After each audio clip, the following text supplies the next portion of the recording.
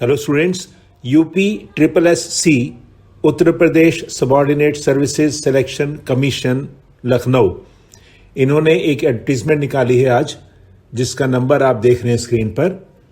इसमें उन्होंने जो मेन एग्जाम होल्ड करना है जूनियर असिस्टेंट की पोस्ट के लिए, उसके बारे में डिटेल्स दी हैं।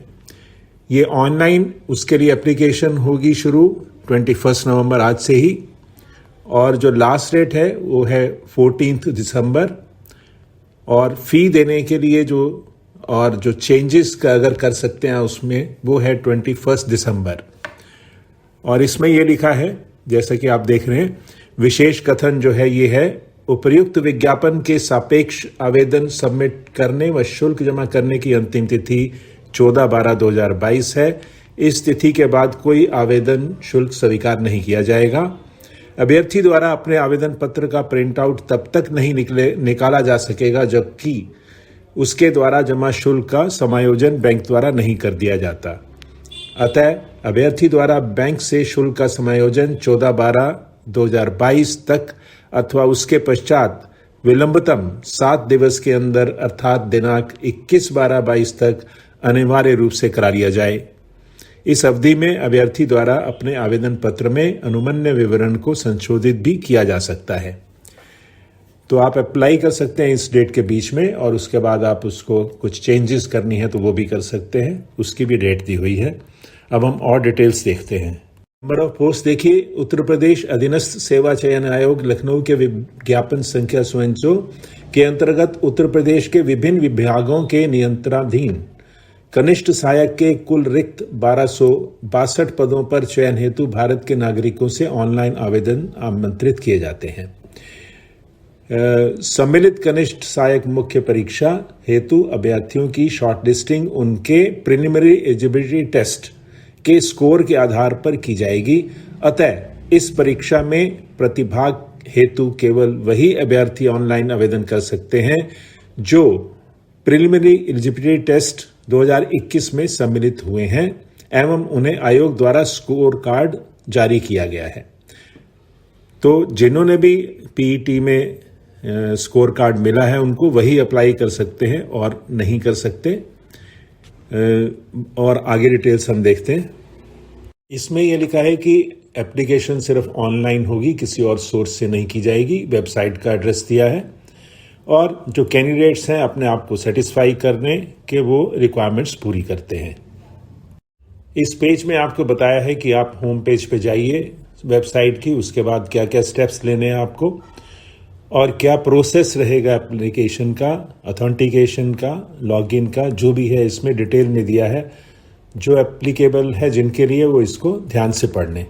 इसमें ये लिखा है कि जब आप लॉगिन करेंगे तो आपको कैसे स्क्रीन मिलेगा, क्या क्या डिटेल्स होंगी, और EWS के लिए जो रिक्वायरमेंट है सर्टिफिकेट की, उसके बारे में इसमें मेंशन्ड है।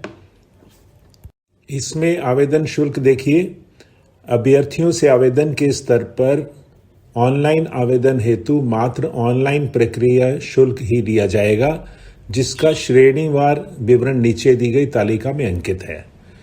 मुख्य परीक्षा हेतु शॉर्टलिस्ट किए जाने की दशा में शॉर्टलिस्ट किए गए अभ्यर्थियों द्वारा मुख्य परीक्षा हेतु परीक्षा शुल्क अलग से देय होगा, जिसका भुगतान मुख्य परीक्षा हेतु प्रवेश पत्र डाउनलोड करने से पूर्व किया जाना होगा।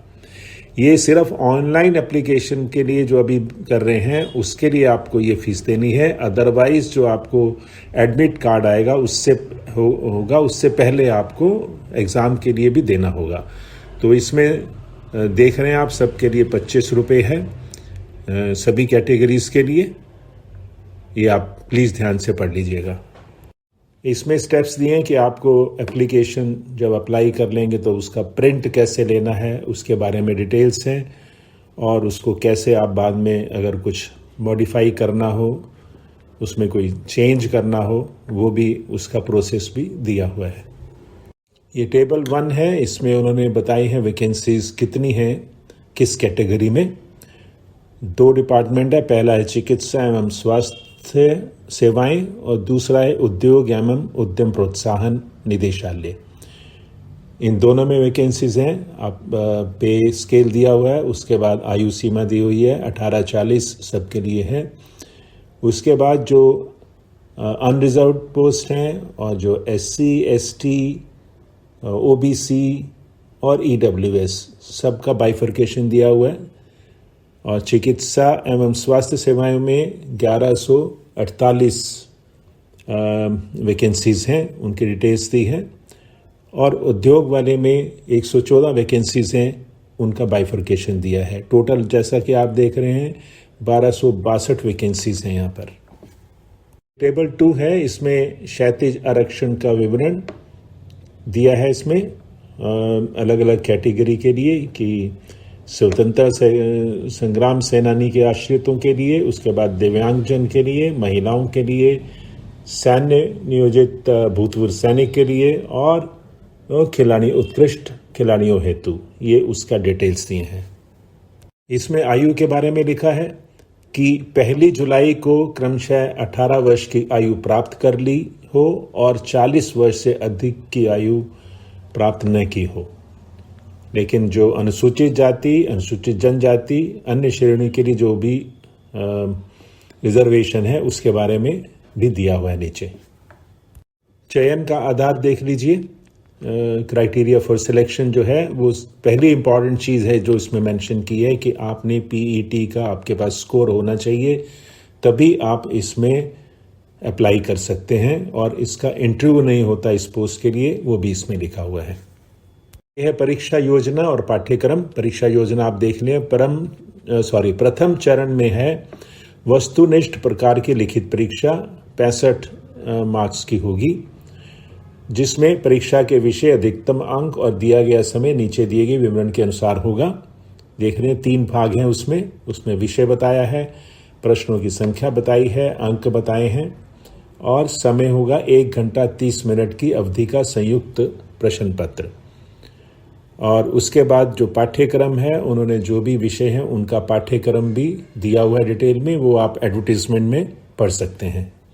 एक और प्रोविज़न है एजुकेशनल क्वालिफिकेशन या किसी खिलाड़ी, उनको अलग से मार्क्स देने का प्रोविज़न है, जिसमें उन्होंने लिखा है कि इंटरमीडिएट और जो भी ग्रेजुएट हैं उनको कितने कितने अंक मिलेंगे, वो किस रेंज में आ रहे हैं, और खिलाड़ियों के स्तर के हिसाब से भी उन्होंने इसमें मार्क्स बताए हैं। यहाँ इन्होंने बताया है कि जो एग्ज़ाम होगा उसके 65 मार्क्स होंगे, उसके बाद टाइपिंग का होगा और उसके बाद जो मार्क्स आपको दिए जाएंगे एजुकेशनल क्वालिफिकेशन के लिए ज़्यादा से ज़्यादा 30, उसके बाद खिलाड़ी को अधिकतम दिए जाएंगे 5 अंक, उसका टोटल करके बताया इन्होंने 35, और कुल योग जो है प्रथम चरण में और द्वितीय चरण में मिला के 65 + 35 होगा 100 नंबर। इसमें यह भी लिखा है कि अगर एग्ज़ाम एक से ज़्यादा शिफ्ट में होगा, डिफरेंट डेज पे होगा, तो उसमें नॉर्मलाइजेशन भी अप्लाई की जाएगी और जो कैंडिडेट्स हैं उनको नंबर ऑफ वैकेंसीज के 15 टाइम्स तक बुलाया जाएगा। इसमें इम्पॉर्टेंट इंस्ट्रक्शंस हैं कैंडिडेट्स के लिए, कैसे उनको आवेदन करना है या क्या क्या रिक्वायरमेंट्स हैं, वो प्लीज़ कैंडिडेट्स जो भी इसमें अप्लाई करें ध्यान से पढ़ लें। एडवर्टीजमेंट के एंड में इन्होंने कुछ एनेक्स्चर्स दिए हैं जिसमें फॉर्मेट हैं कास्ट सर्टिफिकेट के लिए अलग अलग तरह के, वो आप प्लीज़ देख लीजिएगा। और इस एडवर्टीजमेंट का लिंक जो है मैं डिस्क्रिप्शन में दे रहा हूँ, वहाँ से आप डाउनलोड कर लीजिए या फिर आप उसको वहाँ से पढ़ लीजिए। और अगर आपने पहले एलिजिबिलिटी टेस्ट का स्कोर लिया हुआ है तभी आप अप्लाई कर सकते हैं इसमें, और आप इसको फॉरवर्ड करिए जो भी आपके नोन है, अगर उन्होंने PET क्वालिफाई कर रखा है तो। और अगर आपने चैनल को सब्सक्राइब नहीं किया तो प्लीज़ सब्सक्राइब कीजिए। That's all, thank you.